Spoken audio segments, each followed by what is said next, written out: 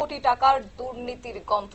অবশ্য দুর্নীতির মামলায় অনিল আম্বানির বিরুদ্ধে চার্জশিট এবং বিশেষ আদালতে চার্জশিট জমা দিল সিবিআই। দুর্নীতির মামলায় অভিযুক্ত রয়েছেন অনিল ঘনিষ্ঠ আরো এক। জানবো বিস্তারিত, আমাদের সঙ্গে যুক্ত হয়েছে প্রতিনিধি শেখ মনিরুল। মনিরুল, কি জানতে পারছো? দেখো, 2796 কোটি টাকার দুর্নীতিতে এবার অনিল আম্বানি ও রাধা কাপুরের বিরুদ্ধে চার্জশিট দিয়ে দিল সিবিআই। অনিল আম্বানির সংস্থা আগে নিজেদের দেউলিয়া ঘোষণা করেছে এবং সিবিআই বৃহস্পতিবার অনিল আম্বানির রিলায়েন্স গ্রুপের দুটি সংস্থা ইয়েস ব্যাংকের প্রাক্তন সিইও রানা কাপুরের বিরুদ্ধে জালিয়াতি লেনদেন সংক্রান্ত মামলায় চার্জশিট দাখিল করেছে। সেখানে রানা কাপুরের স্ত্রী বিন্দু কাপুর এবং দুই কন্যা রাধা ও রশ্মি কাপুরের নামও যুক্ত করা হয়েছে। মামলাগুলি রিলায়েন্স কমার্শিয়াল ফাইন্যান্স লিমিটেড এবং রিলায়েন্স হোম ফাইন্যান্স লিমিটেডের সঙ্গে সংশ্লিষ্ট, যেগুলি অনিল ধীরুভাই আম্বানি গ্রুপের এমডিও তারা রয়েছেন। এছাড়াও জানা যাচ্ছে যে অভিযোগ অনুযায়ী অনিল আম্বানি, যিনি এখন এমডি গ্রুপের চেয়ারম্যান, রিলায়েন্স ক্যাপিটালের ডিরেক্টর ছিলেন, রানা কাপুরের সঙ্গে যোগ সাজসে ইয়েস ব্যাংকের তহবিল থেকে রিলায়েন্সের সংস্থাগুলিতে সরবরাহ করছিলেন, যার ফলে বেসরকারি এই ঋণদাতা প্রতিষ্ঠানটি বিপুল ক্ষতির মুখে পড়ে। 2022 সালে ইয়েস ব্যাংকের চিফ ভিজিলেন্স অফিসারের অভিযোগের ভিত্তিতে সিবিআই দুটি ফৌজদারি মামলা করে। অনিল আম্বানির সংস্থা আগেই নিজেদের দেউলিয়া ঘোষণা করেছে। অনিলের বিরুদ্ধে সব মিলিয়ে 17,000 কোটি টাকার তছরূপের অভিযোগ রয়েছে।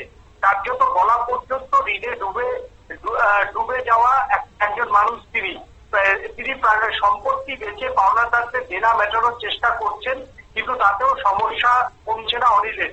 স্টেট ব্যাংক একই অনিল আম্বানিকে প্রতারক তকমা দিয়েছে। একইভাবে তার কর্মের প্রাক্তন কর্ণধারকেও প্রতারক তকমা দিয়েছে ব্যাংক অফ ইন্ডিয়া এবং ব্যাংক অফ বরোদা। সব মিলিয়ে একাধিক ব্যাংক জালিয়াতির যে অভিযোগ এনেছে আইনকর্তার বিরুদ্ধে, সেটা কিন্তু যথেষ্টই অস্বস্তিতে দাঁড়িয়েছে। এবং সিবিআই, আমরা জানি, কিছুদিন আগেই কিন্তু এই মামলার অনিল আম্বানিকে নোটিশ করে, অনিল আম্বানিকে ডেকে জেরা করে এবং তার সংস্থায় একাধিক তল্লাশি চালায়। যেভাবে সময়ের মধ্যে সিবিআই চার্জশিট তার বিরুদ্ধে জমা দিল, তাতে কিন্তু যে কোনো মুহূর্তে এবার অনিল আম্বানিকে আইন অনুযায়ী যদি সিবিআই নিজেদের হেফাজতে নিয়ে নেয় বা গ্রেপ্তার করে, তাহলে কিন্তু সেই জায়গা থেকে সিবিআই কিন্তু কোথাও ভুল করবে না। যেহেতু চার্জশিট জমা দেওয়া মানেই হচ্ছে অভিযুক্ত, এবং অভিযুক্তকে যদি তোমার জেলের বাইরে রেখে যদি এই মামলা তদন্ত করা হয়, তাহলে কিন্তু তদন্তে প্রভাবিত হতে পারে, সাক্ষ্য প্রমাণ নষ্ট করতে হতে পারে।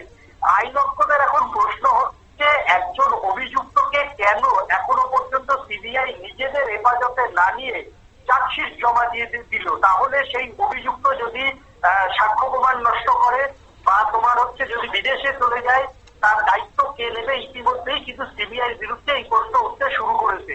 এখন দেখার যে চার্জশিট জমা দেওয়ার পরে আদালতে অনেক সময় সিবিআই হেফাজতে যে আদালতে আবেদন করতে পারে, সেই ক্ষেত্রে এখন সিবিআই কি করে, এখন সেটাই দেখার।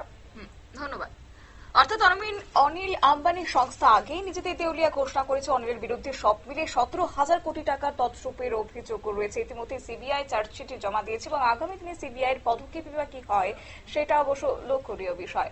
এ নিয়ে ছোট্ট একটি বিজ্ঞাপন বিরতি, সঙ্গে থাকুন।